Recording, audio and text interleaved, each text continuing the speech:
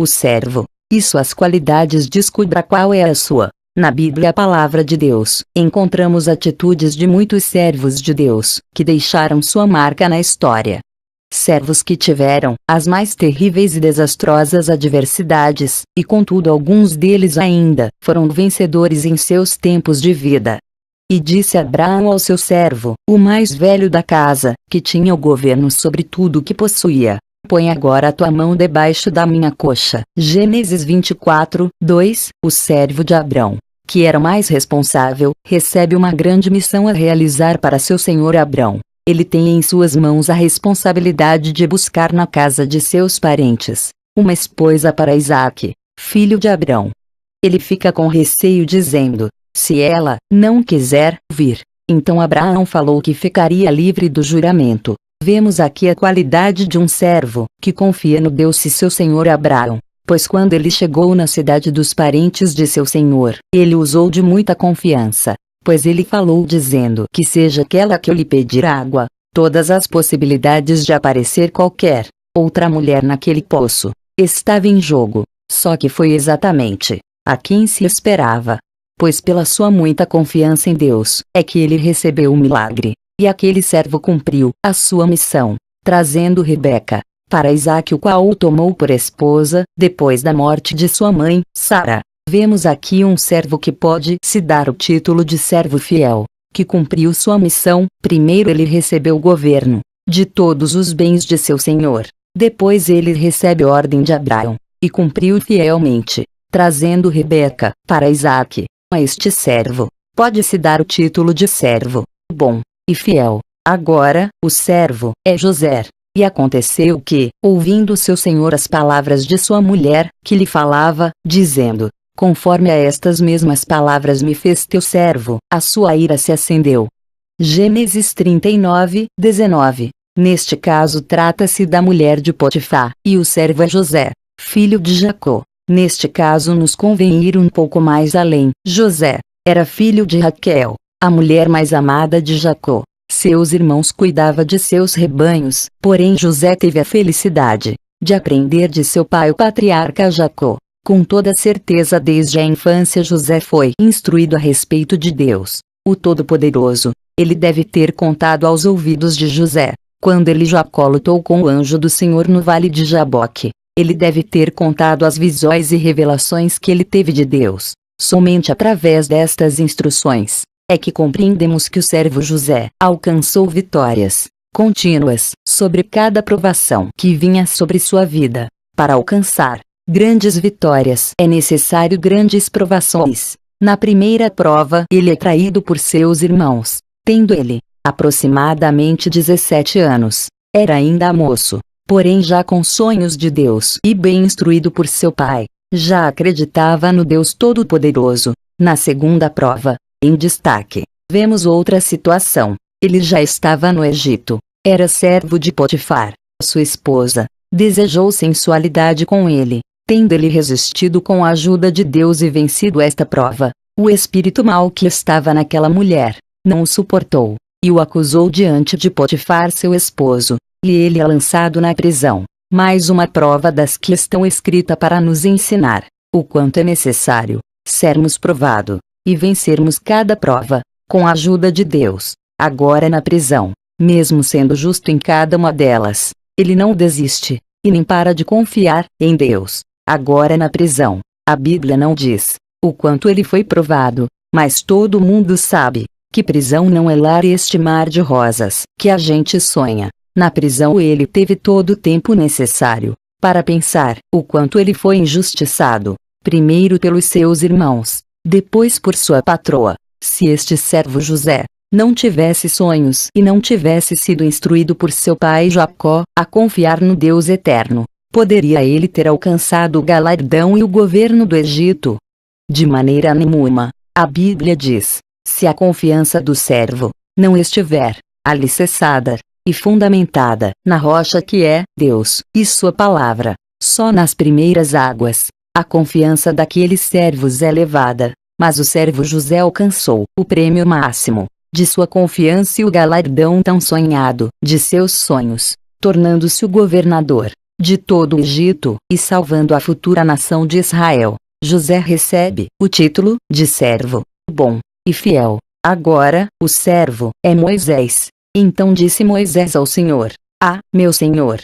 Eu não sou homem eloquente, nem de ontem nem de anteontem, nem ainda desde que tens falado ao teu servo, porque sou pesado de boca e pesado de língua. Êxodo 4:10. Quando o Senhor Deus chama um homem ou uma mulher para ser seu servo ou serva, ele não pergunta qual é a falta de capacidade que a pessoa tem. Ele o chama para servir, pois certamente ele sabe as poucas qualidades que temos. Se é que assim podemos dizer, Moisés é chamado por Deus para libertar a nação de Israel do Egito de um outro faraó, que não conheceu José. Ninguém pense que Deus escolheu Moisés só porque ele foi ensinado em toda a ciência do Egito, que não foi. Ele foi escolhido por Deus porque era israelita nato, por sangue, descendente de Abraão. Das poucas coisas que Deus precisou de Moisés, foi o escrever as coisas que encontramos na Bíblia, em seus livros, pois a verdadeira faculdade de Moisés ele aprendeu de Deus no deserto, porque no deserto é o único lugar que não temos intermediários. É só você e Deus, pois se colocarmos nossa confiança naquilo que temos ou aprendemos nesta vida, certamente pereceremos. Mas se colocarmos nossa confiança em Deus, o manancial de águas vivas, a história com certeza será diferente. Muitos servos, quando estão bem próximos de seus objetivos finais, não conseguem o prêmio, por algumas razões. Primeiro, eles esquecem de Deus. E a Bíblia diz: sem mim nada podeis fazer. Depois de servos, já querem ser maior do que seu senhor. A Bíblia diz que o servo não é maior que seu senhor. Depois vem os elogios, os aplausos. Depois vem a arrogância, a soberba, e outros fatores que tiram o sentido original de servo. O verdadeiro servo é aquele que obedece ao seu senhor mais do que suas próprias vontades. Alguns servos não aprenderão isto ainda. Eles querem obedecer ao Senhor, às suas vontades, ao sistema pecaminoso do mundo, ao luxo, às riquezas. Eles querem agradar a tudo e a todos. Mas a Bíblia diz: ninguém pode servir a dois senhores. O servo Moisés prudentemente realizou todos os milagres de Deus, ali no Egito, executando juízo sobre todos os deuses pagãos do Egito, e libertando a nação de Israel do cativeiro egípcio. Primeira missão concluída. Agora o povo fora do domínio egípcio. Antes de chegar no deserto, a faculdade de Deus, vem a avaliação da prova do Mar Vermelho.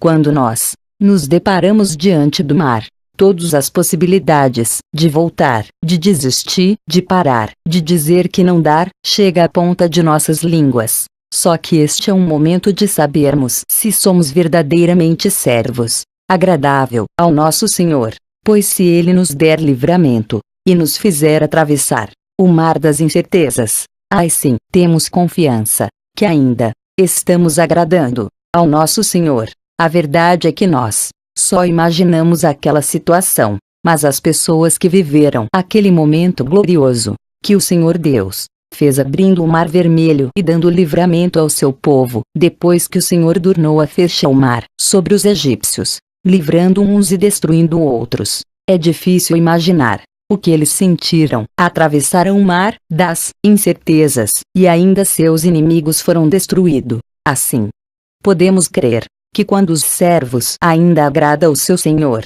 recebe a bênção em dobro. Agora já no deserto, local onde se recebe o diploma da faculdade divina, todos os servos em suas tendas no deserto. Todos sabemos que para receber um diploma convém lembrar todas as provas que passamos. Os títulos desta grande faculdade de Deus que recebemos, não é os grandes milagres, não é os grandes fenômenos e grandes maravilhas, não, pois estas coisas Deus faz em minutos, horas, ou em questão de dias. Mas o sentido maior desta faculdade, estar voltada para um sentido muito mais extensivo do que imaginamos, pois ela abrange dois sentidos, este mundo, e o que há de vir. Nesta faculdade no deserto, temos que aprender a lei, e os efeitos terríveis da desobediência a ela, e temos de aprender a graça, e os efeitos desastrosos, se não permanecermos nela. É bem verdade que muita gente não conseguiu receber esta faculdade e infelizmente pereceram no deserto.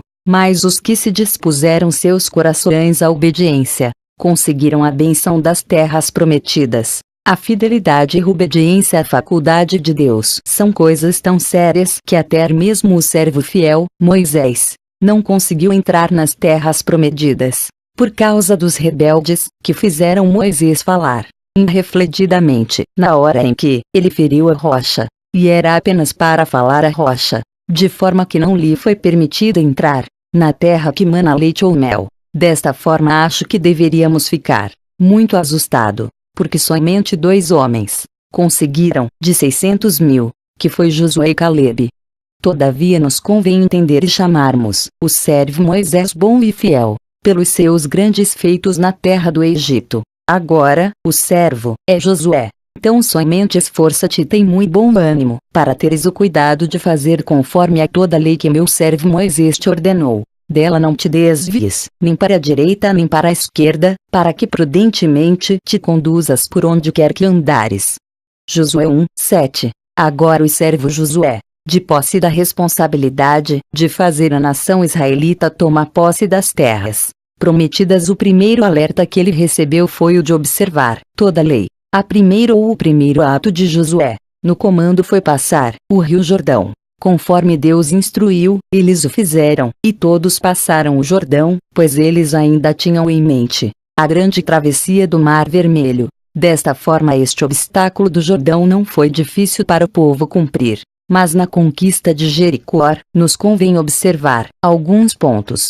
Dada foi a ordem para o povo rodear a cidade, por 7 vezes, sem falar em nada, e que depois eles gritassem. Só que nesta cidade tudo era amaldiçoado, não era para ninguém pegar nada do anátema. Assim, falou o servo Josué ao povo. Mas noutra situação, na cidade de Ai, grande foi a derrota de Israel. Eles estavam tão confiantes em si mesmos que logo de início, já queriam deixar de observar a lei. E foi exatamente aí que foi sua primeira derrota. Os cidadãos da cidade de Ai fizeram Israel recuar e correram. Quando o servo Josué investiga a causa da derrota, se descobrir que foi por causa da desobediência de um homem que ignorou os mandamentos da lei, e desobedeceu a Deus, e recebeu a merecida punição por causa de seu erro, pois ele levou uma cunha de ouro e uma capa babilônica para dentro de sua tenda.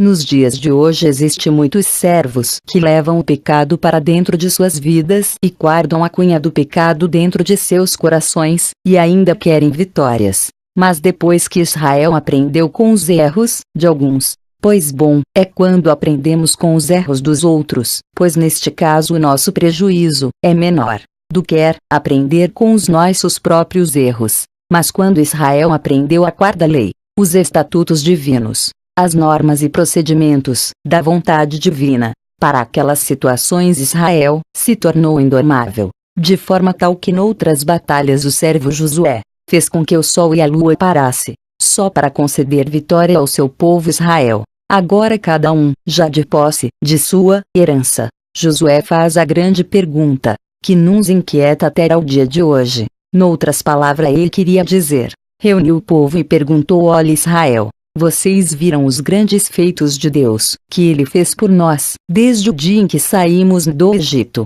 Agora eu pergunto a quem vocês vão servir, como Deus? Os deuses que ficaram além do Jordão ou aos deuses dos amorreus, jebuseus e outros? Só que eu declaro diante de todos vocês, que eu e minha casa serviremos ao Senhor. Neste caso damos ao servo Josué o título de servo bom e fiel. Agora, o servo é Samuel. Por isso ele disse a Samuel: vai deitar-te e há de ser que, se te chamar, dirás: fala, Senhor, porque o teu servo ouve. Então Samuel foi e se deitou no seu lugar. 1 Samuel 3:9. Agora o servo é Samuel, que nos deixou uma história maravilhosa. Israel já de posse das terras prometidas, só lhes faltava alguém para lhes guiar no caminho da verdade. Israel comete um grande erro diante do Senhor de pedirem um rei, como as outras nações, de forma que até Samuel se contristou com isso. Samuel apresenta o caso ao Senhor e Deus lhe responde, como se quisesse dizer: Fique em paz, meu servo. Eles não rejeitam a ti, e sim a mim, para que eu não reine sobre eles. A grande derrota de uma nação, de um estado, de uma cidade, de um povo, de um apóstolo, de um evangelista, de um pastor, de um bispo, de um presbítero, de um diácono, até mesmo a um simples auxiliar, é quando eles não deixam Deus reinar em suas vidas. Eles perdem a oportunidade até mesmo de serem guiados pelo próprio sacerdote, profeta e juiz, Samuel, e escolheram um rei que tinha por nome Saul, filho de Quis da tribo de Benjamim. Ainda que Samuel já era velho, todavia devemos crer que Deus mesmo iria preparar o verdadeiro rei. Agora o rei, Saul, já então de posse do reino, cometia erros tremendos diante de Deus, porque não guardava a palavra de Deus. Quando Israel vinha ainda no deserto na liderança de Moisés, ele pediu para o rei Amaleque deixar Israel passar por suas terras, mas ele não o deixou. Israel, cansado, com muitas provas do deserto, que devemos imaginar, porque ninguém melhor para falar de provas no deserto senão aqueles que passaram por elas. Moisés pediu, implorou, mas o rei Amaleque não o deixou. Pelo contrário, veio e pelejou com Israel. Então veio Amaleque e pelejou contra Israel em Refidim. Por isto o Senhor jurou que sempre haveria guerra contra Amaleque. Agora chegou a ocasião da vingança. Assim diz o Senhor dos Exércitos: eu me recordei do que fez Amaleque a Israel, como se lhe opôs no caminho, quando subia do Egito.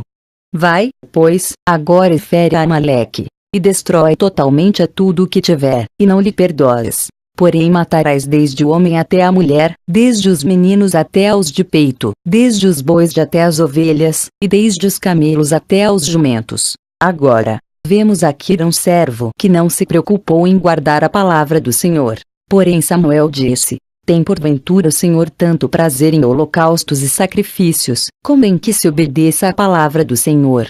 Eis que o obedecer é melhor do que o sacrificar, e o atender melhor é do que a gordura de carneiros.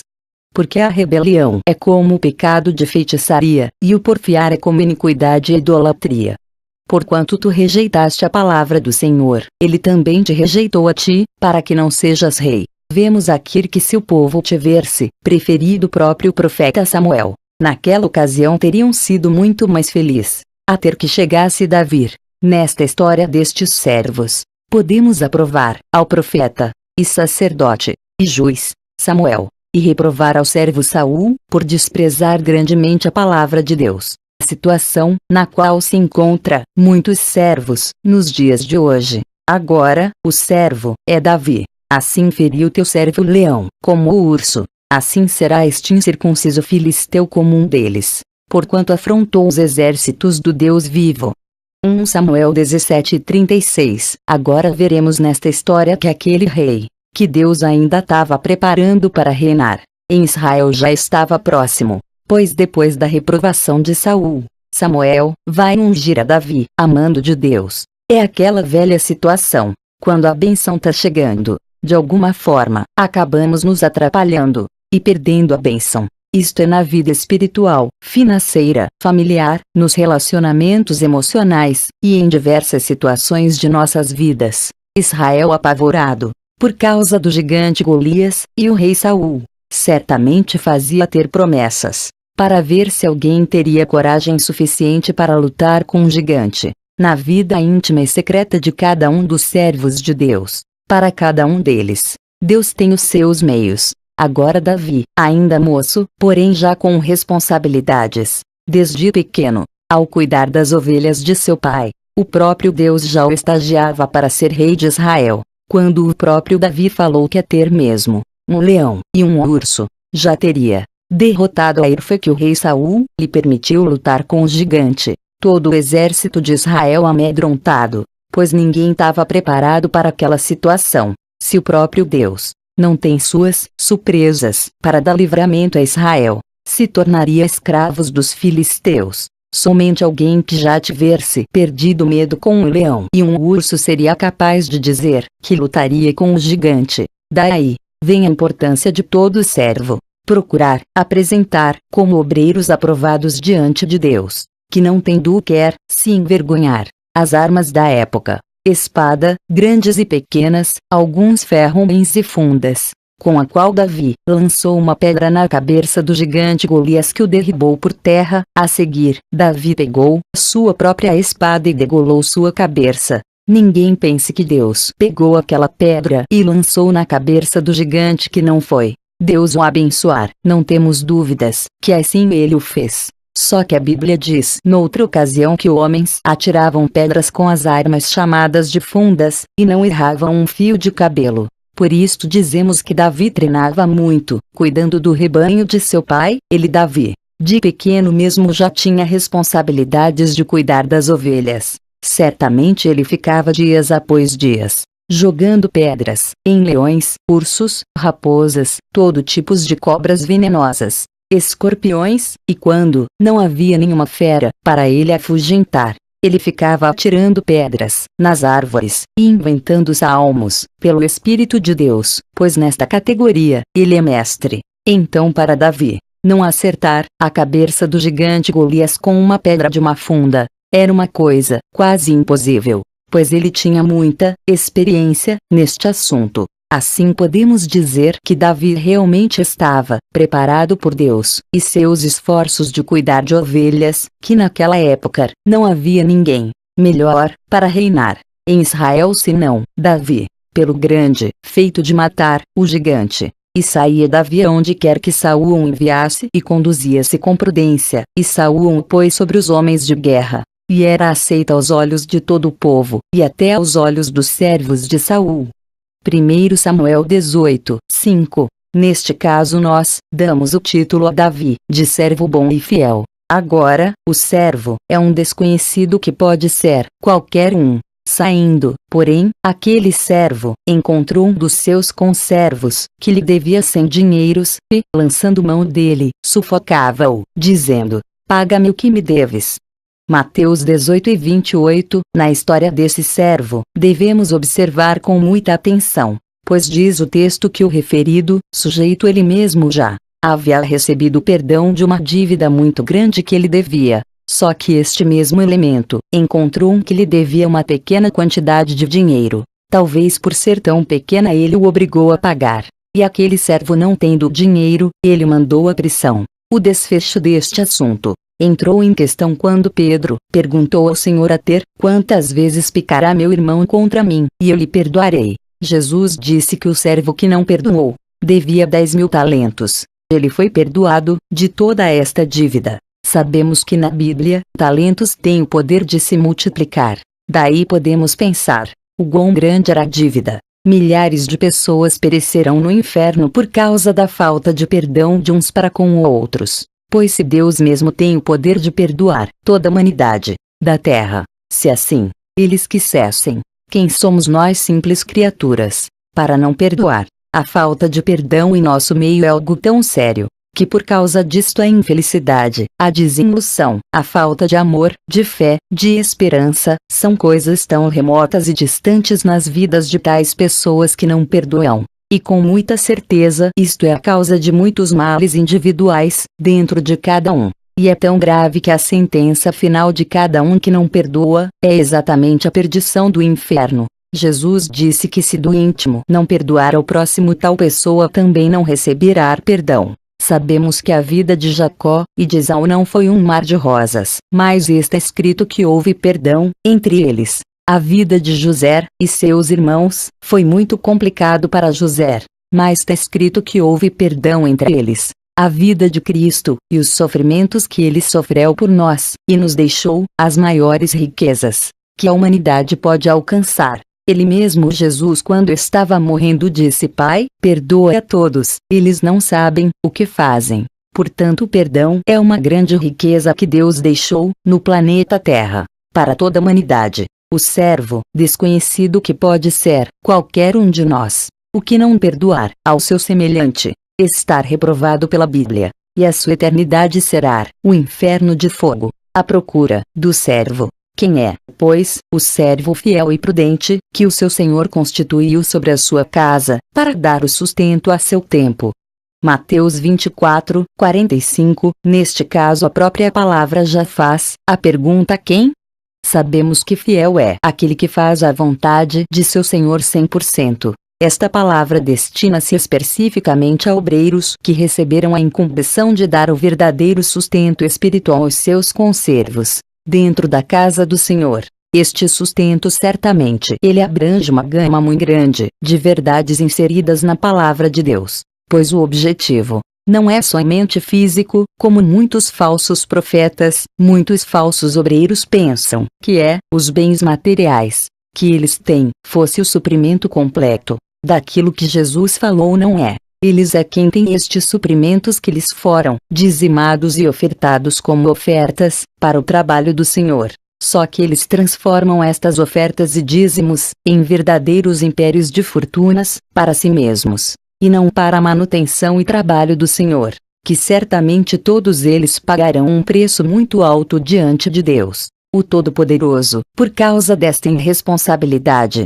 Noutras palavras, é como se Jesus perguntasse: quem é o servo fiel e prudente que eu vou deixar nesta grande responsabilidade de salvar as ovelhas perdidas da casa do Senhor, que tenha compaixão destas ovelhas que não têm pastor, que edifiquem estas ovelhas no caminho do Senhor a ponto de nenhuma delas venham a se perderem, e todas herdarem a vida eterna. Quem é o servo fiel e prudente, que vai consagrar sua vida e santificar-se por estes objetivos, para que todos os dias de sua vida lhes der o verdadeiro sustento? Eu mesmo sei que sem mim nada podem fazer, por isto que eu procuro servos fiéis e prudentes, que falem todas as minhas verdades, que falem do meu perdão, falem do meu amor, falem minha verdade, falem do pecado e seus efeitos terríveis e indescritíveis que vêm sobre os pecadores. Falem minha justiça, falem dos meus juízos, que julgarei toda a humanidade, desde o primeiro homem até o último que há de nascer. E também falem minha bondade, compaixão e misericórdia, para aqueles que ainda querem ser salvos e herdarem a vida eterna. Quem é o servo que ainda estou procurando? Invoque-me como Deus Todo-Poderoso em sua vida, e eu lhe ouvirei. Quem é, pois, o servo fiel e prudente que ainda estou procurando? 3 tipos de servos. E muito tempo depois veio o Senhor daqueles servos e fez contas com eles. Mateus 25:19. Agora veremos a qualidade de 3 tipos de servos que receberam talentos para negociar. A um foi dado 5 talentos, a outro 2 talentos, a outro 1 talento. Quando o Senhor Jesus disse isto, ele narrou a parábola do fim para o início. Ele disse: a um foi 5, outro 2, outro 1. Então nos convém pensar um pouco que o primeiro talento que recebemos de Deus é a salvação. Então começa do número 1. Aí o número 1 aprende de Deus e cumpriu o que a palavra diz. Ide e pregai o evangelho a toda criatura. Quem crer e for batizado será salvo. Aí então ele recebe o segundo talento, que é o dom da palavra. Aí se diz que ele tem 2 talentos, com a continuação de sempre pregar e testificar que Cristo é o Salvador do mundo. Ele recebe mais talentos, tais como o dom da fé, 3, o dom de curas, 4, aí o dom de profecias, 5, aí conclui-se que este servo tem 5 talentos e receberá mais 5 talentos pelos seus trabalhos realizados para Deus.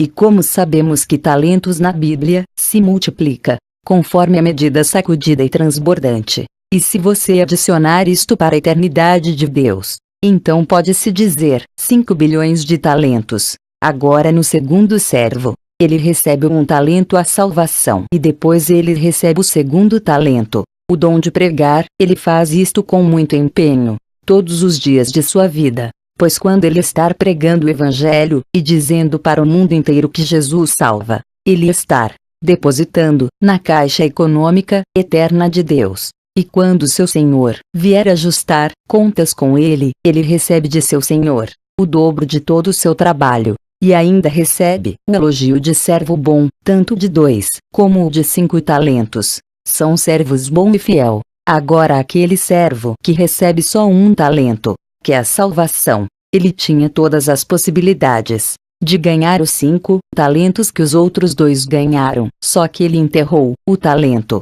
Vamos gerar um tempo de vida para este servo, de 1 a 70 anos de vida. Dentro deste tempo de vida este servo não ganhar uma alma para o Senhor. Aí chegou o tempo deste servo morrer. Será que aquela desculpa esfarrapada seria aceitável diante de Deus? Pois diz o texto que ele ficou com medo e enterrou. Por estas razões é que o Senhor mandou tirar o talento dele, e dar aos outros 2. Pois a Bíblia diz: toda árvore que não dar bom fruto é cortada e lançada no fogo. Assim aconteceu com este servo. Ele recebe o título de servo inútil que não serviu de nada a ele ter vivido no mundo. Pois ele nem produziu frutos para Deus, e nem guardou a salvação a ter o fim de sua vida. E perdeu-se. Servo inútil. É a palavra que devemos rogar a Deus todos os dias de nossas vidas para jamais ouvirmos de Deus. Quando o ajuste de contas chegar, Ele mesmo dirá quem é o servo bom e o servo inútil.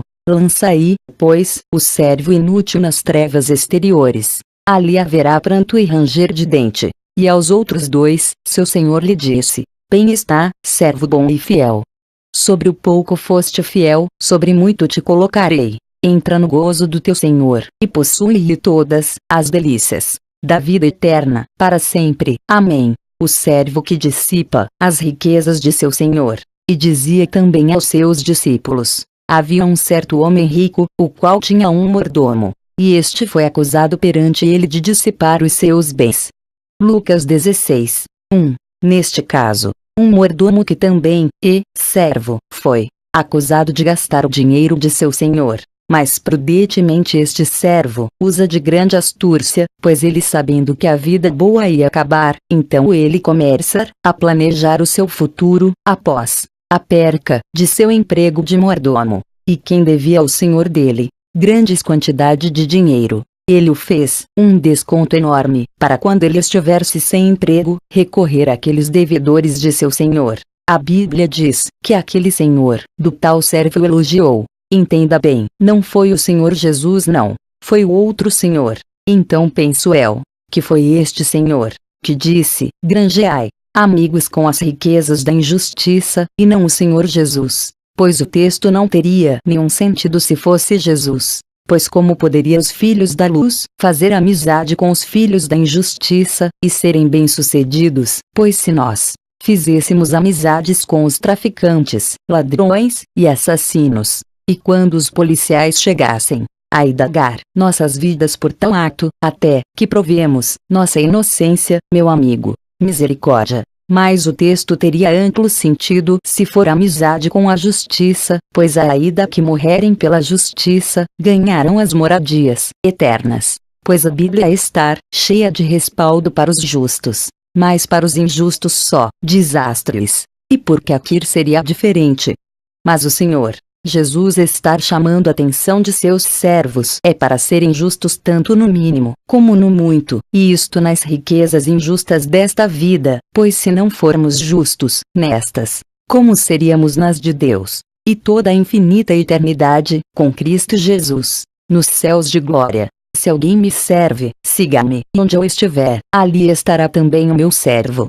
E, se alguém me servir, meu Pai o honrará. João 12:26. Agora neste último tópico, o Senhor Jesus disse: se alguém me serve, siga-me. Muitas pessoas na terra já ouviram este maravilhoso convite, e seguiram a Cristo. Eu rogo a Deus que você, prezado amigo, faça o mesmo, para o seu próprio bem, e a felicidade de uma vida eterna, com Deus. Um certo homem, chamado Pedro, depois de aprender dentro de um certo período de tempo, com o Senhor Jesus, ele se tornou um verdadeiro servo de Deus. Quando o Senhor Jesus disse a ele: segue-me, e eu farei de você um pescador de homens. Podemos dizer que isto se cumpriu, quando Pedro, depois do Pentecoste, e pregou a palavra, e quase 3.000 pessoas passaram a seguir a Cristo. Outro homem chamado Saulo de Tarso, que era perseguidor da igreja, mas quando ele ouviu o Senhor dizer: entra na cidade e lá te dirão o que convém fazer. Depois de um certo tempo, este homem se tornou um dos servos de Cristo mais ilustre de sua época, e que chega até os dias de hoje. E também foi dito a outro homem chamado Filipe, dizendo: creia, maiores obras que estas verás. Quando Filipe batizou o eunuco, num certo caminho, o Espírito do Senhor arrebatou Filipe de um lugar para o outro. Numa certa ocasião Paulo disse a Timóteo: ninguém despreze tua mocidade. mas ser o exemplo dos fiéis na palavra. Paulo disse que este servo Timóteo foi instruído desde criança nas sagradas letras que podem tornar os homens sábios para a salvação que há em Cristo Jesus. Noutra ocasião, Jesus diz que um de seus servos não veria a morte antes de ver ele glorificado. Isto aconteceu com o apóstolo João. Na ilha de Patmos, ele teve de Cristo Jesus as revelações mais lindas e maravilhosas e esclarecedoras dos tempos do fim, que qualquer outro servo, pois nestas revelações conclui-se o livro sagrado, a palavra de Deus, a Bíblia. Na categoria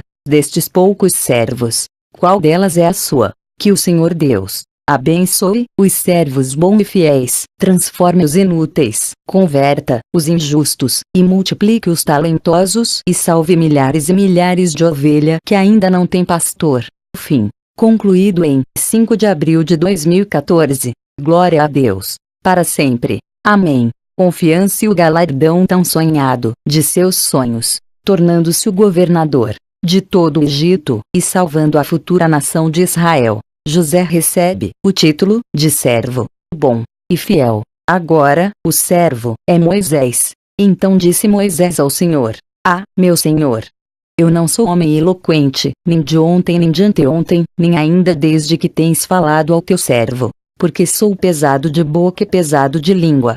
Êxodo 4:10. Quando o Senhor Deus chama um homem ou uma mulher para ser seu servo ou serva, ele não pergunta qual é a falta de capacidade que a pessoa tem. Ele o chama para servir, pois certamente ele sabe as poucas qualidades que temos. Se é que assim podemos dizer, Moisés é chamado por Deus para libertar a nação de Israel do Egito de um outro faraó, que não conheceu José.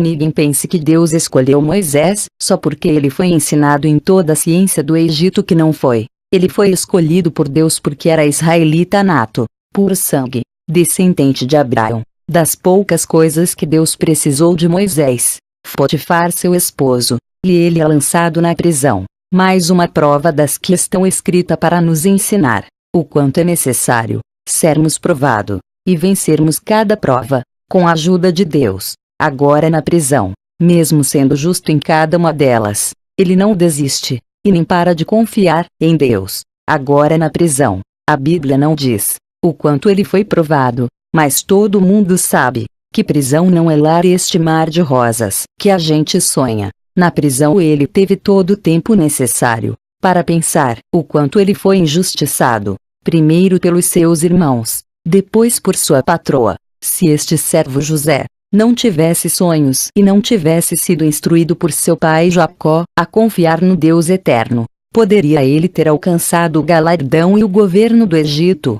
De maneira nenhuma. A Bíblia diz: se a confiança do servo não estiver alicerçada e fundamentada na rocha que é Deus e sua palavra, só nas primeiras águas a confiança daqueles servos é elevada. Mas o servo José alcançou o prêmio máximo de o servo, e suas qualidades. Descubra qual é a sua. Na Bíblia, a palavra de Deus, encontramos atitudes de muitos servos de Deus, que deixaram sua marca na história.